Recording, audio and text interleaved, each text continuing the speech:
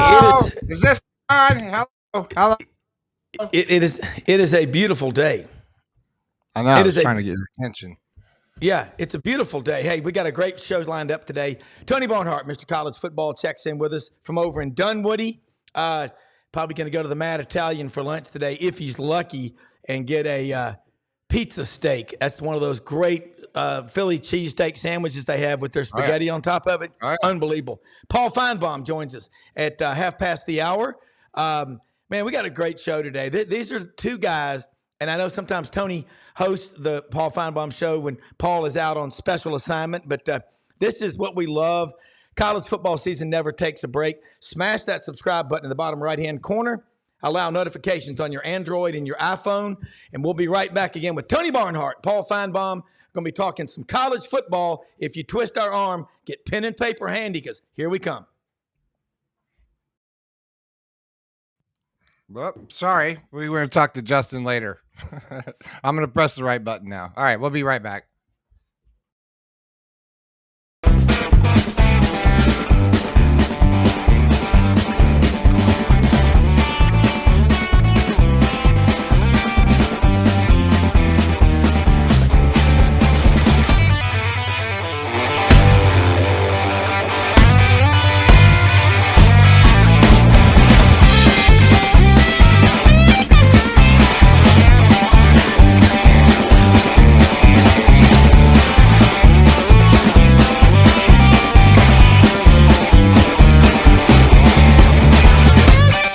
Sidelines with Rob Browne.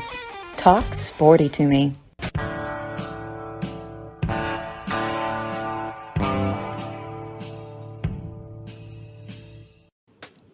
All right, Rob Browne here with Doug Dean in Birmingham, and Tony Barnhart should be joining us here in just a minute. Doug, I'm going to tell you what, man. You get Mr. College Football on here and Paul Finebaum on here.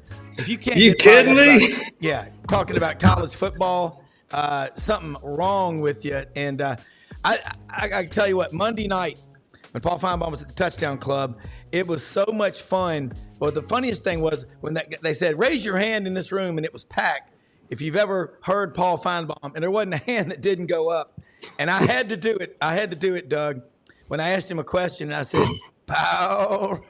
Oh, no. You're going to do it this morning. You got to do it this morning. I said, I asked him off to the side, I said, my calculations, if correct, place Mildred at somewhere around 104. I'm sure she looks great. But gosh, anyway. Yeah, you got to do that. But then again, Brenden, good morning, Brenden. Brenden is going to cut you off at 15 Oh, seconds. yeah, today especially. I'm on it today. You boys better watch it. We got one of my favorite people on the planet Earth right now. I'd much rather talk to him than you two turkeys.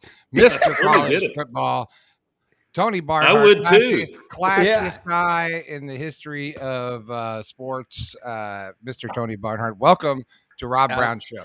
It's sideline. Mr. Tony, Football in the house. Yeah, it's always good to be on with you guys. Absolutely love it. Rob, the only question when you're talking to Paul is how many W's are actually in Paul? Okay, Paul. I love it. Yeah, I tell you, the more every year passes, the more we just love everything that goes with college football, Tony. And I had a bunch of people yesterday. I was a pallbearer in a funeral for John Turner, one of my great friends, biggest Alabama fan on the planet. Everybody had to wear a red tie, and there were Ole Miss fans in there and Auburn people and different people wearing them. But the talk in that eulogy about college football, how it pulls us together, was unbelievable. You're gifted as a writer. You talk so much about it, and it just – I've never seen anything like it. The talk about happy memories of people's lives, and it always would get back to Alabama and college football and the lunch groups that get together. But, they say this is the off season, but it's not. So we want to hear your thoughts on college football and about your book, The 19 of Green, which is a great book. And I love the story because it just backs up what we love about college football in America. Well, thank you for saying that. We've been very pleased with the way the 19 of Green has turned out. Everywhere we go, we met. I tell you something. I grew up in Union Point, Georgia. Yes, a suburb of Greensboro, And earlier this year, they celebrated the 120th anniversary of the founding of Union Point, and they invited my wife and I to come back and be a part of that celebration. And we met a lot of people and talked about the book. And this is the thing. You know, you guys have heard me talk about my boys who travel with me to Georgia, Florida, and playoffs and stuff like that. What we always say among us is college brought us together. College brought us together, but college football has kept us together. And that's that's the magic of college football, is that it is something to build your falls around, and it maintains, and families who may not be speaking to each other will have a 4-generation tailgate at a college football game, rather than sit around at a Thanksgiving table. This is much easier and a lot more fun. So yeah, it is a unique place in our culture, and people from other parts of the world simply do not understand, and they kind of get it when you explain it to them. But it's a unique American institution. Yeah, it is. Doug, I think you would agree. Tony, good morning. I bet you've been to Birmingham, Alabama a time or two. Once or twice. Yeah. I'm speaking to matter of fact, I'm speaking to the Rotary Club in June. So yeah. Fantastic. I'll try to get an invite to that if I can. But first of all, I wanted to thank you for through all these years, and I'm not trying to age you, but decades of you. To me, you always brought class and dignity, but a lot of humor and engagement to your writing, especially. But then when you became a radio and TV personality, nothing dropped off in the way of interest and quality. So thank you for all of that. And I know that when you wrote it, no matter what article you write, you get about 70% that are mad at you and 30% that like you, I suppose. But my question is, and it's kind of might be related to the book you just published. I think that football fans, maybe more than anything else, love, like a fine wine, love the big monumental upset in college football. You could say the same in basketball, but football is different. I have one of my worries. I could have many of them, like an old man yelling at clouds, but curious your opinion. What can the governance do to preserve the possibility, however unlikely, that we will continue to get to enjoy that monumental upset that makes the 12-team playoff, Tony? Well, I think as long as the scholarship levels remain about the same, I think that has a lot to do with it. Now, you cannot account for the fact that, let's face it, the University of Alabama or the University of Georgia has more disposable income to spend on football than other institutions that play the game. I mean, it's a wide variance of who can afford to play. But as long as the scholarship remains the same, you've got an Appalachian State versus Michigan. Okay. Yeah. And again, it's one thing to have a lot of money, but it's another thing to get between the lines for 60 minutes and play. Yeah. You still got to play. And so I think we'll still have it. What I'm looking forward to, guys, is this year when we go to the 12-team playoff, two things. One, will there of the 12 teams that are invited, how many teams will be from the SEC and the Big Ten? What's the number? I said, if you're a betting man, the over and under is 6.5. Okay. Yeah. Maybe 5.5, something like that. And will we have an upset, a big upset in the round of 12? And I think those are the two things I'm really interested to find out. Yeah, you got to play, just as an Auburn guy just asked Coach Freeze in that New Mexico State debacle last year. You got to play. Yeah. You always, and Tony, what's really neat is you've written over the years, you started out in Greensboro, North Carolina. So you know the ACC, the SEC. I like to say we're first cousins. Kind of the Big 12, though, is the same thing. In the middle is the SEC. The footprint with Texas and OU coming in. Have you been out to Texas to do any stuff? July 1st is going to be here before we know it. Right. I've not been out there yet. I've been to Texas many, many times. Yeah. It's one of the great college towns for our friends in the SEC who have not been to Austin. It is going to be an incredible treat. And if they had 1 million tickets, they could sell them to Georgia fans. That's how. A friend of mine who's has worked for the University of Texas for 35 years told me it is going to easily be the toughest home ticket they have ever had at the University of Texas, Austin. Yeah. There's no Yeah. disputing Tony's comment I love it. regarding Georgia. Just go back to that Georgia home game in South Bend, Indiana, right, Tony? Oh, God. Yeah, that might have been the craziest thing ever. To kind of give you, Tony, an idea of the interest, I talked to someone at one of the SEC schools that I love a lot. They had a bunch of spots show up in a scholarship section this year. The demand was so high. The last 2 seats went for over $300,000 in cumulative giving just to get them. And what I love about college football is after the game, when the players are coming out, is watching their families and everybody meeting them, and the sports writers in there, getting those tidbits of information. You think about the people you've been so blessed. You got to sit with Vince Dooley, Pat Dye, Irk Russell, think all these coaches and all. You ever thought about maybe doing a book just on after the game, what happens, and Saturday morning conversations? Because you're one of the few writers I think that people would trust enough to do that with. Well, what I like about that idea, Rob, I was thinking of different things that have happened in the past. You talk about the Notre Dame Georgia game in 2017. I was in the Georgia locker room. They were bringing the players out to talk to us, and I get done and I walk outside, and outside is Kirby Smart and his dad, Sonny Smart, a great high school coach. Yeah. And they were standing together and sort of hugging and all that. And I'm saying, I've just witnessed one of the great moments in the lives of these two men.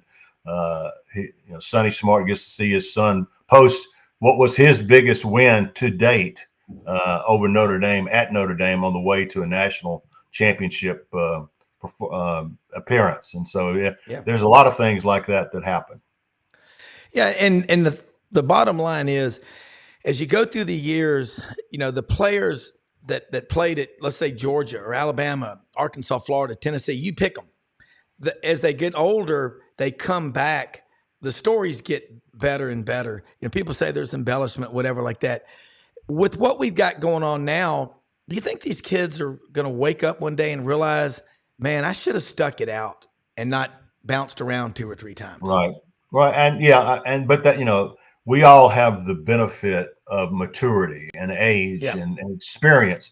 This is something that they haven't had. They haven't had this experience. They haven't gone through these things like we have. But I feel very confident that there will be a number of these guys who were, and let's be honest, they're transferring, trying to get a better NIL deal. They're trying to get the best deal they can get. Yeah. And that's why a lot of guys who are playing and who are doing fine leave, because I know there's a better deal out there for me. So, and that's and only time will tell if you live to regret that. Yeah, Tony, to your point, one of my favorite pearls of wisdom. It's a cliche, but the reason most things become cliches is there's a kernel of truth in them. But it's youth is wasted on the young. Yeah. And what makes that so delicious, to your point about college football and these athletes that suddenly have life-altering money, although it probably sounds to them like more money than it actually is these days. But when you say to a young person, that saying, youth is wasted on the young, and invariably their response is, I don't understand what that means. You just made my point for me. Absolutely. Well, it's like anything else. You when you're young, you go at things a certain different way, and the question always is, you got this, but what did you give up to get that? It's like when guys are leaving their senior year of high school, they leave a year early. They load up on credits and they can enroll early and miss their senior years. I've never been in favor of that. It's not my decision to make. But man, you don't pass up your senior year. You don't pass up your senior year in high school, and if you can, you don't pass up your senior year in college. I mean, those are moments that you never get back. It's hard. Yeah. How do you value monetarily the network of when you were a 3 or 4 year athlete and bonded with that student body, faculty, administration, athletic department, deep and wide alumni base, the marketing and career value that players it's hard for them to think about that. I'm curious, Tony, since I think you're uniquely qualified to do this, and that's forecast. Tell us out at the, I don't know, the 5 to 10 year mark from today, what we might expect college football to look like in terms of governance, in terms of, are these athletes employed? Is there collective bargaining? What's happening with the are there just two big conferences like the NFL? What do you think is most likely to happen in the shape of football? I think 5 to 10 years from now, college football will look a lot like the NFL because it will have to. It will have no choice. It will have to enter to give the players what they have earned, but you will have to do something to eliminate antitrust situation. There's going to have to be an antitrust thing given. There's going to have to be collective bargaining, and the players will sign contracts, and that because it's any other method that you could describe, guys, is going to violate antitrust law. Just saw a story today talking about the NCAA is looking at billions and billions of this case out on the West Coast, House, I think it is. Yeah, House versus NCAA. Right, and if they find in favor of the plaintiff, then you're talking about billions and billions and billions of dollars. So the point is, the NCAA is going to spend the rest of its life fighting off lawsuits, and the only way around it, I think, is to come up with a collective bargaining arrangement so there is no antitrust violation. There'll be a salary cap. All those things are in place in the NFL because of a reason. Bottom line, Nick Saban said this, and this is what I've hung my hat on. Says we're not going back to the old days. Those days are gone. They're gone forever, and we're not going back. But at the same token, what we have now is unsustainable. All right. Yeah. So there is a sweet spot in there somewhere that we've got to find, and we've got to find the leadership to get it done. It's just, Congress may have to get involved to get the antitrust part of this thing fixed. But I was told by a congressman last summer, he said, you can forget about us getting involved. We're not doing anything until after the presidential election. Okay. Yeah. When the presidential election's over, now Congress can turn and maybe take a serious look at this. But for now, we've got at least one more year of what we had on the NIL front. Do you think there's a fair shake? I was telling Rob and someone else on his show maybe a week ago that, call me crazy as an SEC and all, particularly Auburn guy, but mostly SEC, all of college football. But I have a romance and an appreciation for the little guy, and they probably are offended being called a little guy, but whether it's UCF or Cincinnati, and you get in that range, they're certainly capable that they will have the advantage of keeping players longer because, frankly, they probably are 3 stars mostly and can't easily transfer. So do you think college football can have a place for, for example, when Boise knocked off Oklahoma back in 2007, was it? Can we still preserve that element of college football? I think absolutely. Again, it's one thing to have a lot more money than the other guy. It's another thing to field a team and to win the game on the field.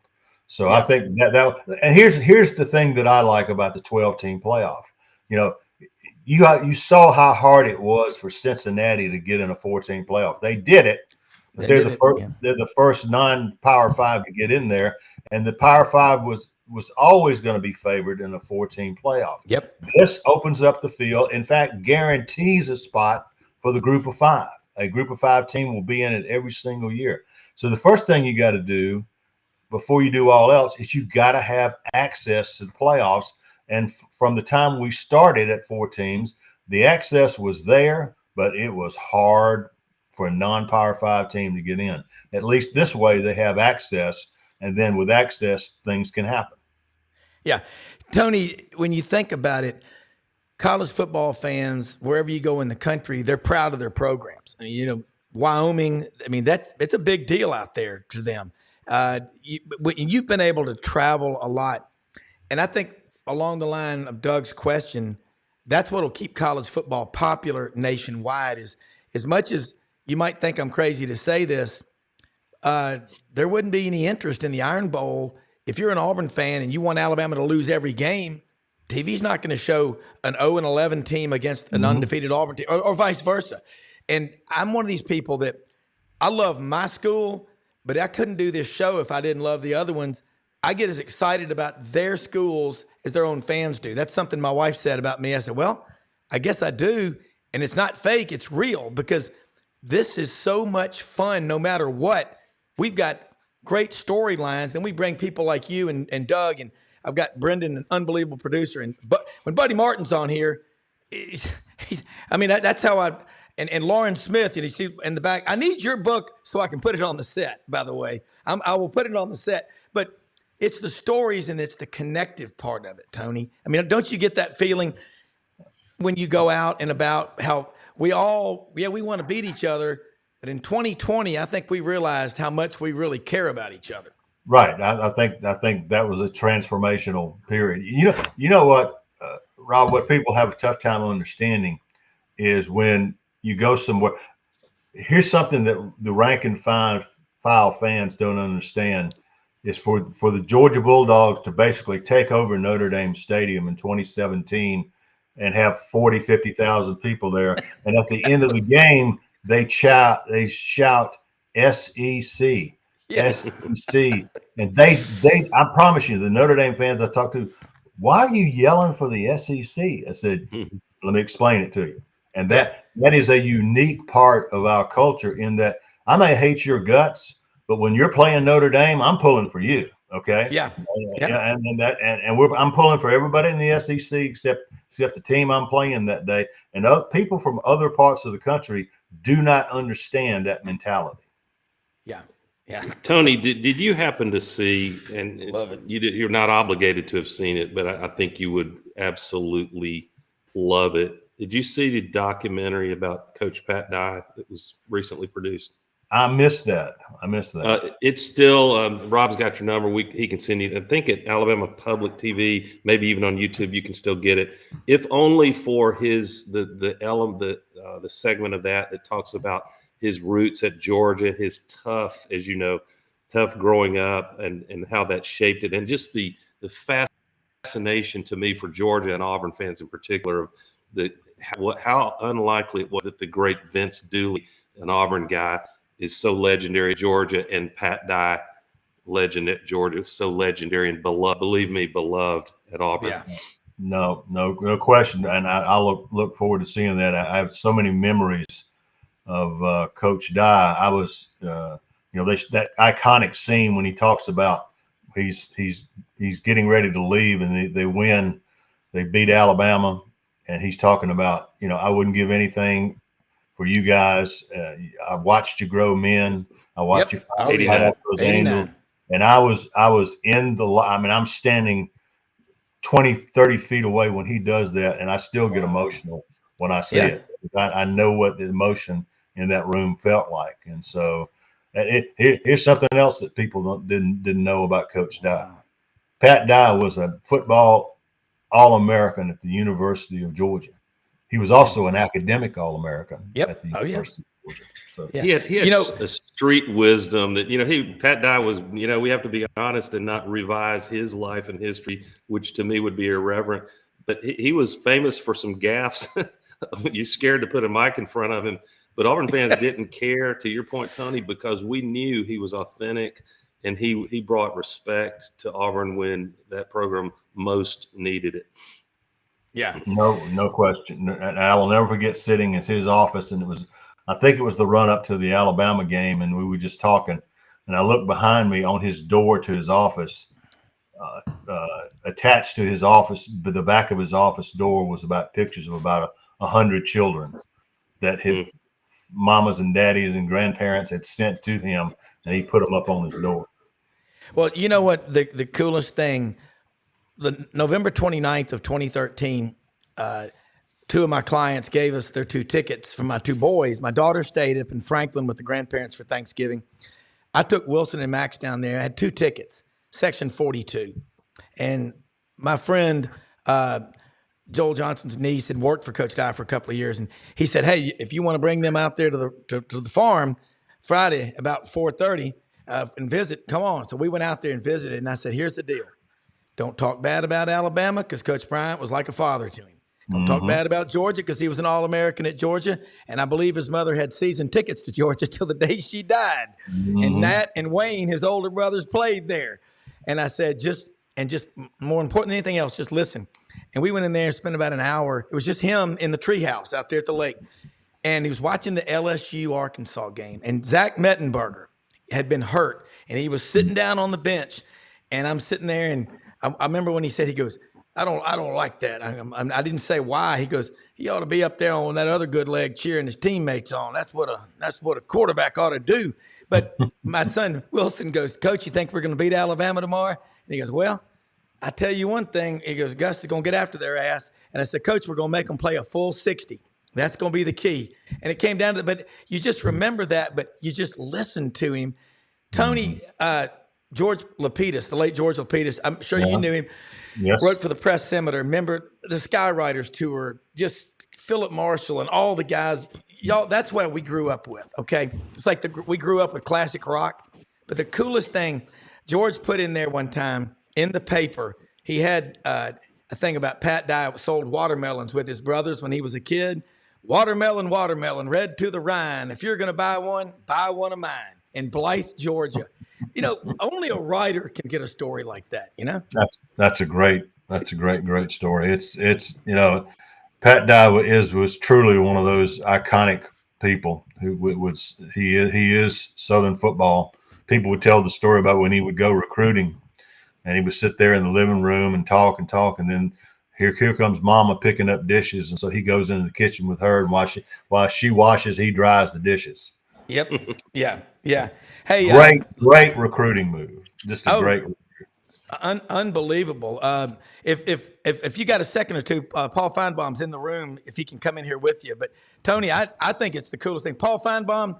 We got Doug Dean in Birmingham, Brenden Martin, Buddy's son down there, and Ocala, executive producer, and Tony Barnhart, Mr. College Football. And I got to say, I've never had a show when Pete said, you're going to have Mr. College Football and Paul Finebaum on. Thanks for taking time to join us. How are you this morning? Listen, I'm just honored to be on any program, any stage with Tony Barnhart. It is.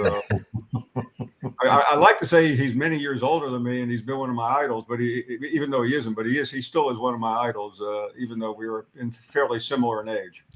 Well, yeah. Paul and I we're old newspaper guys, and all of us old newspaper guys have sort of fraternity when we look out after each other. Because I think we're the only two left, Tony. I think you're right, Paul. Yeah. Well, Paul and Tony, this is Doug Dean. Paul, good to see you again, and I hope Linda as well. She provided unbelievable care for my dear old mom, who's still ticking at 88. But I wanted to ask both of y'all, you great writers. Some of us who are old enough to really lament what I would call almost the death of beautiful sports journalism and writing. It's just the way of the world and how money gets made. And it's not that if you get the athletic and there's still good writing, but I miss, Paul, your irreverent commentary and opinion on a daily basis here in Birmingham, Alabama. Do you think there can be a generation that brings back some of that just superior writing that takes some work? It's not easy. It's like delivering a baby, especially a book. Paul, I'll start with you on that. Yeah, I don't think so. I mean, there are still places, not many, where great writing exists. The problem is that, and I'll sound like everyone else when I say this, but because information flows so quickly, there's very little patience, and I'll include myself in that because, I mean, I'll see a long story, like the story a couple of weeks ago in the Washington Post about Kim Mulkey. And you wait for it, and you start reading and looking, and when you don't see something salacious, you just keep moving very quickly, and then you never go back. I think that kind of writing needs to be in your hands, whether it's in a magazine or a newspaper where you literally pick it up. It's hard to read on your phone while you're waiting for an Uber at the airport. Yeah, Tony, Paul. Yeah, I was going to say, Paul. I remember when you first started writing. I think it was 1982. I was a freshman at Auburn in the press box. You had been in Birmingham, I think, for the Penn State-Alabama game. Alabama won like 42-21. Remember you used to wear that English writing hat that you used to wear, the slouched hat? And you were the young writer down there. And everybody in there was going, that's the guy from the Birmingham Post-Herald. I'm with Doug. Tony, I think you and all would agree. You made people think and get out of their comfort zones, and that's what we need more of. Well, and Tony can relate to this. One of my first games I went to, I ran into Mike Fleming, who some of you guys may remember. I knew him well. Wow. Yeah. He was at the Commercial Appeal and always one of my mentors. And I said, Mike, why are you dressed up in a suit at a football game? And he said, because I'm going to work. That's right. For a long time, I did the same thing. And I know, Tony, your mentors at the AJC did the same thing. And after a while, and by the way, if you remember, the coaches were all dressed up too. They weren't wearing Nike and Under Armour gear. But it was just a different time. I love, one of my favorite things as a young writer was going up to the legends. I told Skip Bayless this story. Now, by the way, I don't claim to know him anymore. But when I met him for the first time at ESPN, I told him, I said, my very first Cotton Bowl in 1980, I walked up to you. I mean, I was scared. He was a couple of years older than me, obviously. And then I got to meet guys like Furman Bisher and all of the giants of that era, Tony. And to me, that's what I wanted to be, one of those guys that around the oak tree at Augusta. No, you look Furman Bisher, Blackie Sherrod, all those great writers who would always collectively meet together at a hospitality room when we were on the road, and those were the guys you looked up to. And to go back to the previous point, guys, there's always going to be a demand for good writing. The problem is, as Paul pointed out, we have such a short attention span now. I think there will always be a place for writing, but you got to be willing to promote it and say, hey, this is something you ought to read. One of the things they do in the AJC here in Atlanta now that I like is they can't, because of deadlines, they can't get all the box scores in, but what they do is they have one really good, readable, full page story a day, something that is worth reading. So I think that's something that we ought to, we have great writing. It's just that people want to move too fast. Yeah. Paul, looking in your show every day, and I said this to you Monday night when you came to the Touchdown Club, and I told everybody on the show before you came on, remember when Harold Grader, when Mr. Ritchie was introducing you, he said, raise your hand in here if you've ever heard Paul Finebaum. There wasn't a hand that didn't go up. And, but the effect that you have, you went to Christian Brothers High School, my school, and you finished at White Station, but it's so cool being a Memphian that you're from Memphis. And then you go to Birmingham, and those two cities now, this show has been built on the MBA, Memphis, Birmingham, Atlanta. We have like Doug's in Birmingham, Tony's over in Atlanta, but you know how to talk to people. And that talk you gave the other night, Harold Grader and you, I love that format. Remember you did it with Lou Holtz at coachsafely.org? That's what we need. Like when Tony's on and you're on, it doesn't get any better. So Paul, y'all take over. We want to hear what your thoughts are on college football, the passion of the fans, and whatever's on your mind, because it's all about Paul and Tony Barnhart. You can't get any better than this. This is like getting Led Zeppelin back together.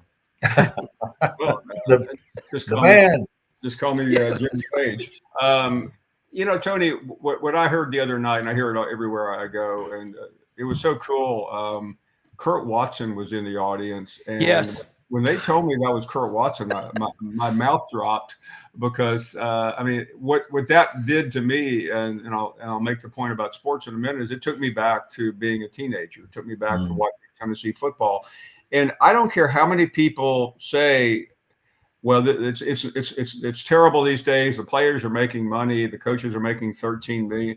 But on Saturday morning in Athens, Georgia, or Tuscaloosa, Alabama, it doesn't matter. I'm there extremely early.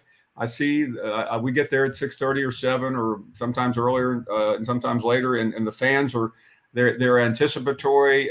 They don't care how much the players are making. It's an experience for them, their children, their grandchildren. It doesn't make any difference, because you only get 6 or 7 of those a year. This isn't like Major League Baseball, where you have 7 games in a week at home, perhaps. So I'm not happy with what's happening in the game, but I'm not happy what's happening in my own industry. Tony and I could spend the next 10 hours on but you just have to accept it. And I'm still going to the game, and so are 105,000 at Neyland Stadium every other Saturday. Paul, go ahead, Tony. I'm sorry. No, I was going to say Paul is absolutely right. The reality is, I mean, all during the summer, last summer, people were complaining to me about NIL and all the stuff that's going on, and I don't like this, and this is going to destroy college football. And we've heard all of those arguments. But the irony of all this, guys, is that with all the issues, NIL, transfer portal, with all of that, the game played on the field is better than it's ever been. It is a great, great game that delivers every single Saturday. These other things that we're talking about, NIL, transfer portal, these are things college football has always had to work through issues, but they've always come out the other side, and the game is better than it's ever been. So we're going to get there. We're going to have to live, in my opinion, we're going to have to live with the NIL and the uncertainty of it for at least a year. And then we'll see what happens. But the game, Paul's right, when the game kicks off on Saturday, we don't care about any of this stuff. Show me my team playing their team. Paul, I have looked forward to this question. This is a retro. Going to bring you back to 1990 in Birmingham when your show was in its heyday. And my good Bama friends will and initially painfully remember Gene Stallings' 0-3 start to what turned out to be a decent season with that monumental 9-6 win over Tennessee, and they knocked Auburn off later in the year. It was sort of foretold that 92 was going to be a monster year. But you remember, Paul, and your great producer, Pat Smith, you guys took some chances back then, brother, that when Alabama dropped the game, the third game to at Georgia, 17-16 loss. I like that score, by the way. You can figure out why. So there was you went on air Monday, and I guess Pat Smith had produced this spoof of the old Randy Travis song, Digging Up Bones, and you took a chance it was Digging Up Bear. I feel queasy even bringing that up in 2024, but that was just historical fact. So how edgy was it back then to be 1990 compared to the shock jock all over the airwaves nowadays with Twitter and everything else? Was that a scary decision for you and your producers to take chances like that back then? Well, it wasn't, because we were at a just terrible station, and that hardly anybody had ever listened to before. So we felt like we could gamble. It's not like today when you're where I am now, where you have to answer to all the different people. And by the way, Pat Smith is going to be on our show today, guys. Nice. It's not exactly a momentous anniversary, but we decided we missed it last year because of some other controversy. But today is the 21st anniversary of one of my most unforgettable moments on radio when we learned about Mike Price at Alabama. Wow. But the Digging Up Bear, it really upset people. Another thing I did back then that really got to people, I did I tried it out one day, and then I ended up doing about 5 of them. I went to Elmwood Cemetery one day and went out to Bear Bryant's grave and wrote an article about having a conversation with him. And it really became interesting because a lot of people felt like it was blasphemous. So, I mean, anything you want to say about talking to a dead bear. But it became one of the more iconic things I've ever done, because listening to Brian, especially when Mike Dubose was there, I went out and talked to him about Dubose, and I said, he's lost three games. And he said, 3 games in the season, that's terrible. I said, no, coach, 3 straight games. And then I said I walked away, and you could hear Coach Bryant whimpering, and what's happened to my great program. But that's how we felt during Dubose and Shula and Mike Price and all those different things. What Alabama had has just seen end with Nick Saban. It's a little bit biblical, Tony. You had the 25 years in the desert, and now we have I'm a little bit short of 40, and then we have this run by Saban. You kind of feel, if you're an Alabama fan, maybe the famine's coming again.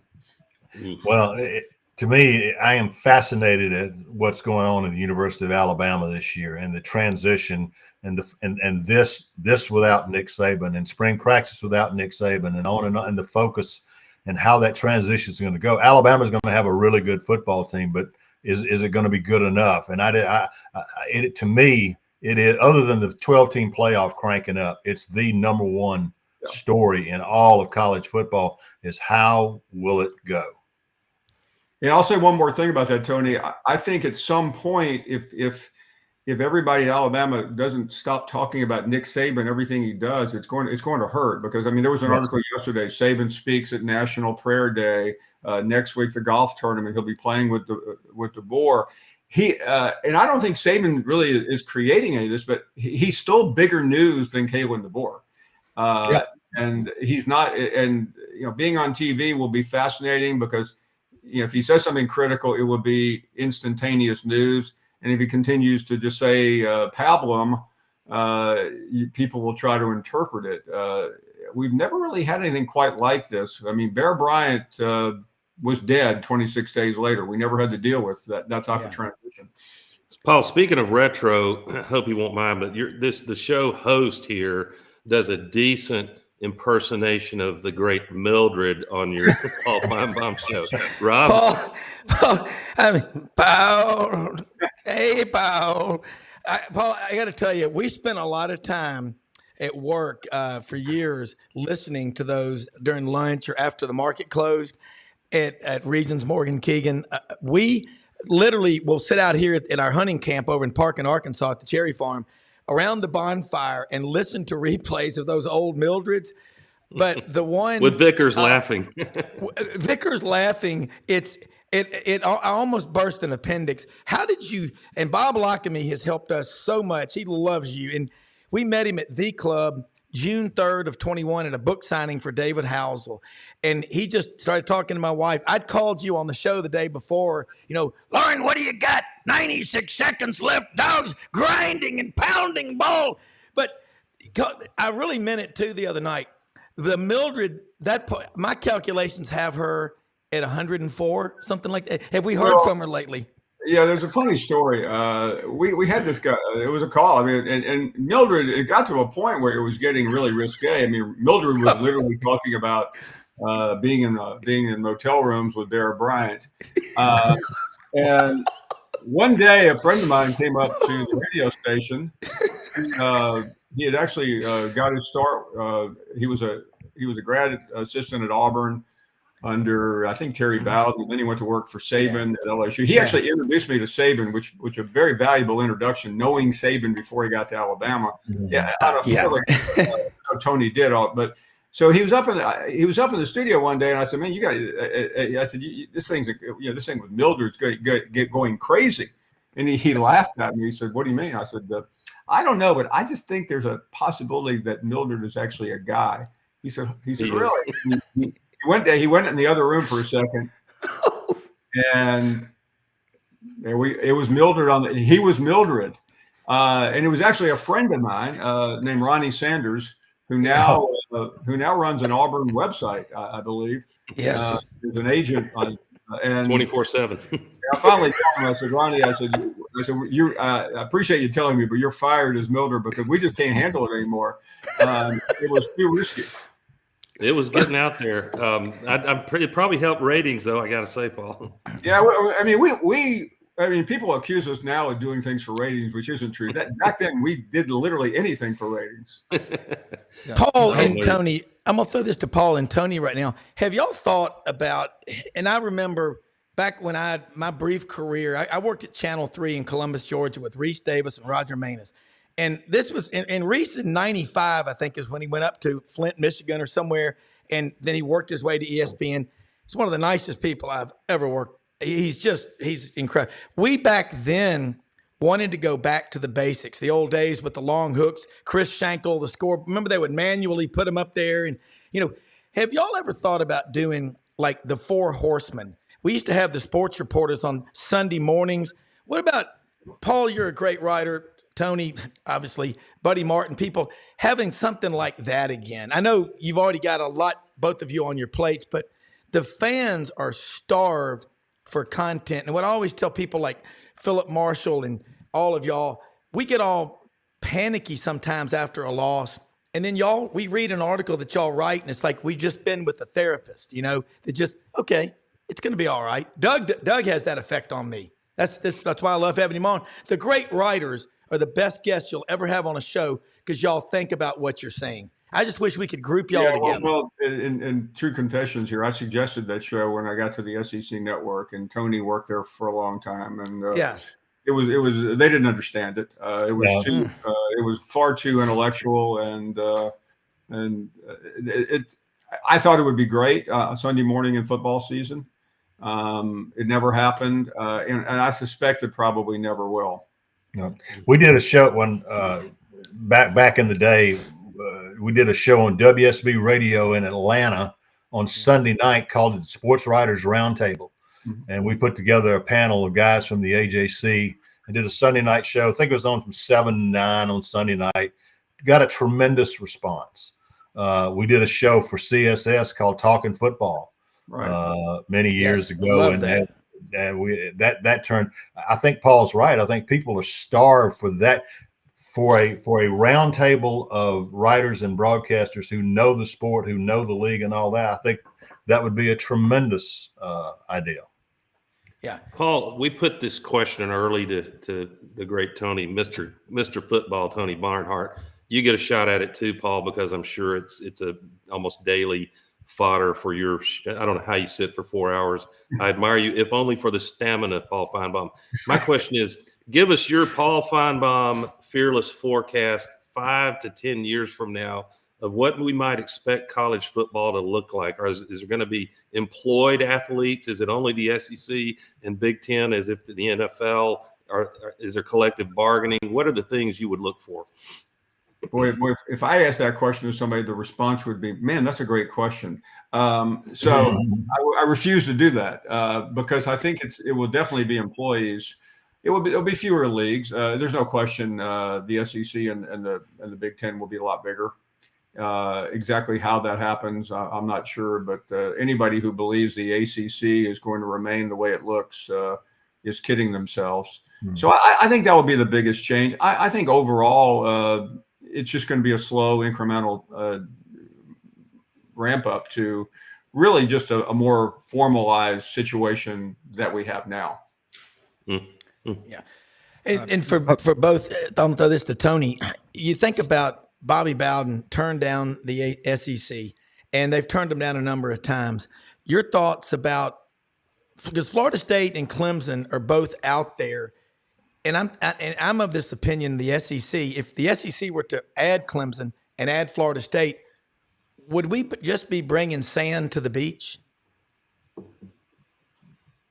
I mean, Tony... Yeah, they're great programs, I can't tell you how many times I've said this. There's a great assumption out there that if Clemson and Florida State are suddenly available, that the SEC is going to fall all over themselves to add them.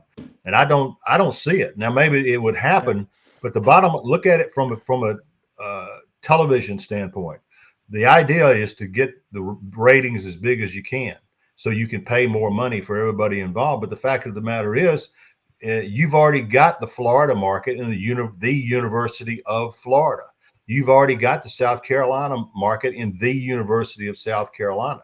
And if schools are making $80 million a year in the SEC, that means if you bring in two schools, those two schools have to generate an additional $160 million so that everybody is nobody's going to take less money this year than they took last year just to have those teams in the field. And there's an assumption that it'd be automatic. And Paul, frankly, I don't see it. Well, right now, there's no way. Now things change. And a lot of people, I think the gamble down in Florida and in Clemson is if they start talking to the Big Ten, that will change Greg Sankey's mind. I don't think right now anything is going to change his mind, Tony. And here's the reason. Just think about anyone you've ever dealt with, worked with, been associated with, to do what Florida State has recently done would just be a red flag. I mean, the SEC, in spite of everything, is a very collegial league. You go down to Destin, and these people really do try to work together. And there's just no way they would want to deal with Florida State right now. Frankly, I don't think Florida State's that attractive. If you're talking about, would you rather have Florida State or North Carolina? I think most people would rather have North Carolina. Right. It brings a different entity. May not have the tradition, but you have a tremendous fan base.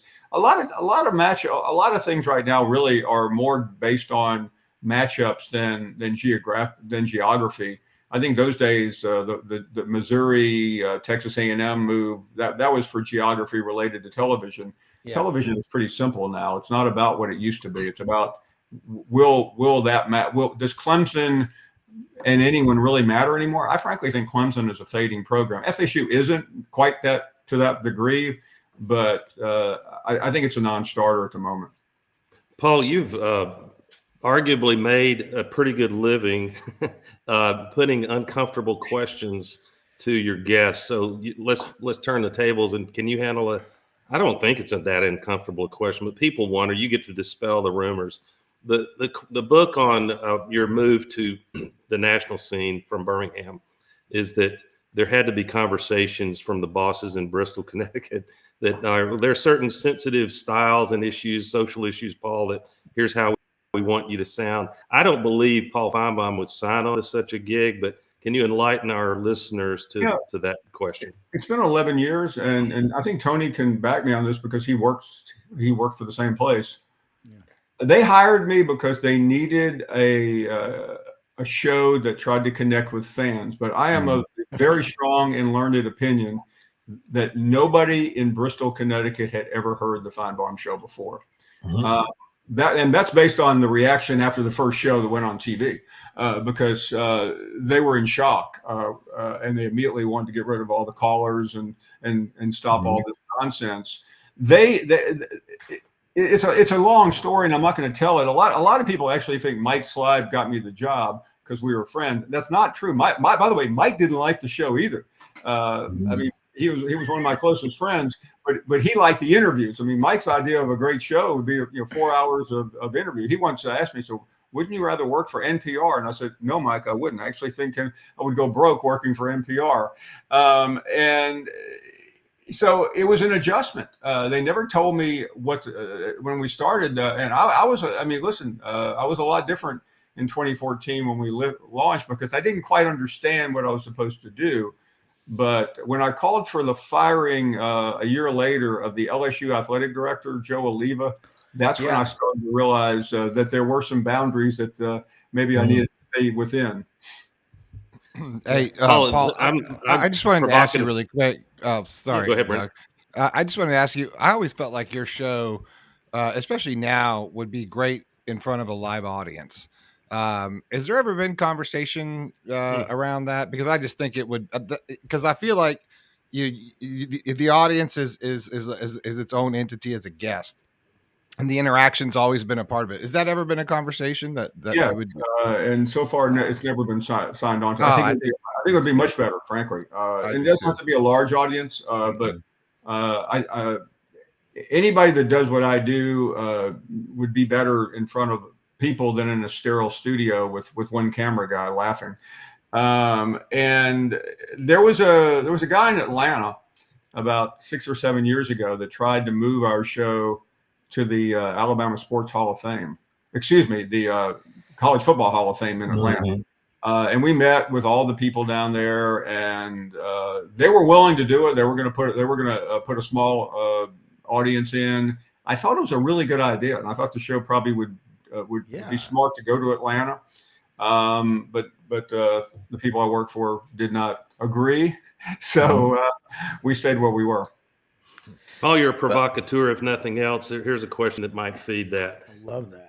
Which of the two head coaches, Kalen DeBoer, what a pedigree coming from Washington and what he's done there in a short time period, Hugh Freeze, which do you think the next 3 years has the more manageable path to keep his fans happy? The easy answer is neither one, because I think the patience with Freeze is going to run out very quickly. And I think it already is starting to. I mean, his last 3 games were an unmitigated disaster. He loses to New Mexico State. He loses the Alabama game on the final play, and then he doesn't show up in Nashville. He's been able to keep some momentum with recruiting, or whatever else he's doing, but I'm not going to give him very high marks so far. Mm-hmm. I think DeBoer has a chance, but I think DeBoer's problem isn't X's and O's. It isn't what happens on the field. It's dealing with the culture of Alabama football. Right. Yeah. What do you think about Florida? Billy Napier came out recently, says he's going to be the offensive coordinator this year. We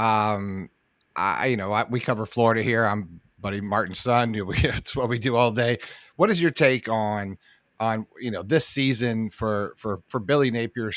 More specifically, he's putting himself, really in front of, I think a lot of people wanted an offensive coordinator, and he came out not doing that. So I guess that's more over my question, Paul, is what do you think about that move? Well, Brenden, first of all, I want to say one thing about your dad. He, to me, is one of the great journalists ever in our industry.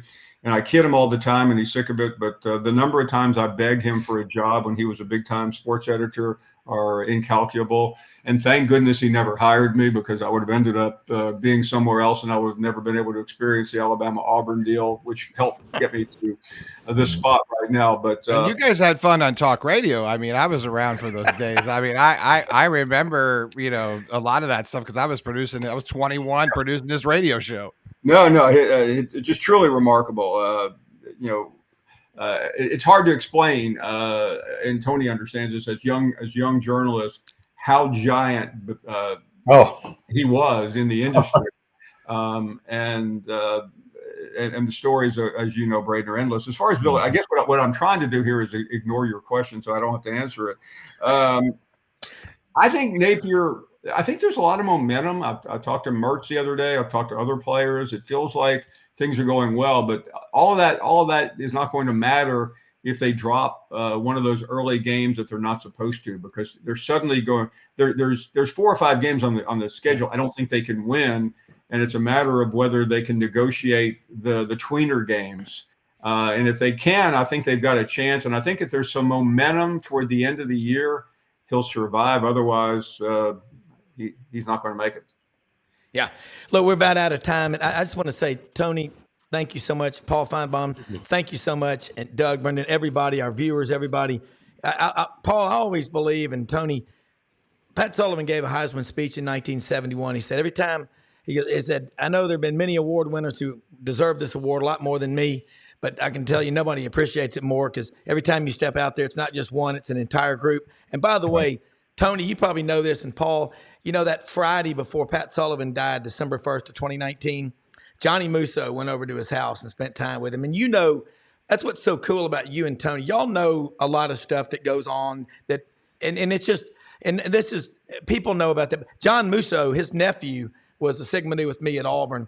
And I remember those games like that back then, like they were yesterday. Just like you reeled off the Memphis State UCLA game in 1973, Paul. I couldn't believe, everybody was like, it's crazy. I want to do this again sometime. I just can't thank y'all both enough. Having both of y'all together is just like having Waylon and Willie up on stage together. It's that good. But we're both of y'all, tell Tony first and then Paul how people can follow you and keep up with you, because you bring it every day. You don't have off days, and we're all blessed for it. Tony? Well, we do a couple of columns a week. Me and my old newspaper buddies have TMG College Sports. We are now, to let people know, we are now under the Athlon umbrella. We used to be under the SI umbrella, but you know how that story goes. And so we are under the Athlon umbrella, and we do, once the season starts, I'm doing at least a couple of columns a week there and doing some radio with my friends in Nashville. And I still enjoy it, and I get to be on with my good friend Paul Finebaum every now and then. So that's fun. All right, thank you. I want to offer one thing before I go about Tony, because the thing that, there are many things I respect and admire about Tony, but he has been able to do something that I never could do, and most of us can't, is being able to develop relationships in the industry with commissioners, athletic directors, and literally every head football coach imaginable. And that is so rare. And the reason why he was able to do it, guys, and I hope people pay attention to this, is that they trusted him. They would tell him things, and he wouldn't immediately go to Twitter or go to some other forum and report. And that's one of the most important things you can do. I think Tony could be a zillionaire if he ever told all. And I'm hoping that as I call Tony as soon as this ends, that he'll agree to a book deal with me, because I think if Tony told all the stories that he's kept, he would be able to own the Virgin Islands. Yeah. Well, just please, both of you, don't retire. You're too young anyway, but keep on keeping on. This is as good as it gets. Thank you, everybody. Appreciate it. Have a great weekend, and we'll be back Monday, man. Go out and make it happen. See ya. All right. Thank you. You bet.